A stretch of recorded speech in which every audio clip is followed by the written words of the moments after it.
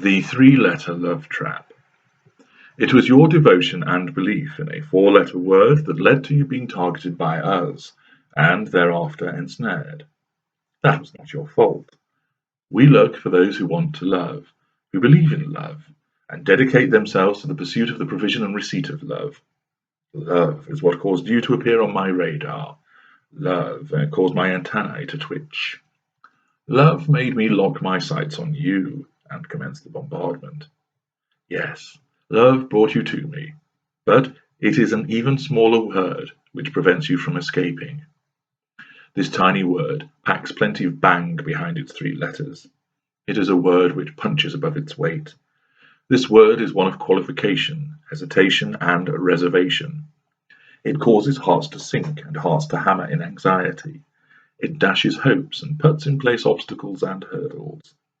This little word is one which prevents you from breaking free from our grip. It allows excuses to be made for our behavior. It puts the brakes on. It weighs the anchor and digs in the heels. Just when you thought that you might be making some progress and getting away from our vile influence, this word appears and brings everything to a screeching halt. We often deploy this word in order to halt you when you're trying to speak. We add it to our conversations in order to protest or to create a condition precedent, in order to irritate, upset, and annoy you. It conveys indignation, annoyance, and surprise. So much flows from such a small word. Whilst we have multiple uses for it, its primary purpose in keeping you where we want you, in our grip, confused and bewildered, arises from your use of this word. You say it many times by reference to us, and its effect is to cause you to question yourself. It nullifies the progress you may have made in moving away from our polluting influence. It hinders, distracts, and ensures you remain bogged down. This word is repeatedly used by you with reference to us, and if you consider how many times you have used this word yourself, you will agree that its effect is considerable. What is this word? But. There it is. Look at that word. 3 letters. That is all it comprises of. No grand, long word, no multiple syllables. To the point, blunt, effective, small, unassuming, and common. But it carries with it so much power, and especially so in respect of the dynamic between your kind and our kind. This is the word which paralyzes, hinders, and traps. You use it all the time. You know you do. We rely on you doing so to make these traps for yourself. There are many of these traps, and here are some of them. But he can be so lovely at other times, but I am sure he didn't mean it. But sometimes I upset him. But we have been so happy together. But he said he wanted to marry me. But it just does not make sense. But if I perhaps try a little harder, then everything will work out okay, won't it? But I didn't do anything wrong. But why does he do that? But what causes him to say those things after everything I do for him? But all I need is to understand what makes him do that. But if I give him another chance, I am sure it will succeed this time. But if I don't try, how will I know? But we are soulmates. That is what he said. But what I don't understand is why he does that when he tells me that he loves me. But this is what I want, him and me. But there are times when we are happy. But he is just misunderstood. But we always do things as a family. But he is my son, but she is my mother, but he is my husband. But I don't want to upset her. But I don't want to lose him. But I cannot stand it without him. But I don't know what to do next. But whatever I do, it is never good enough. But if only he would listen to me, and then we could sort it out. But if he could change, then everything would be brilliant. But what if she makes him happy instead?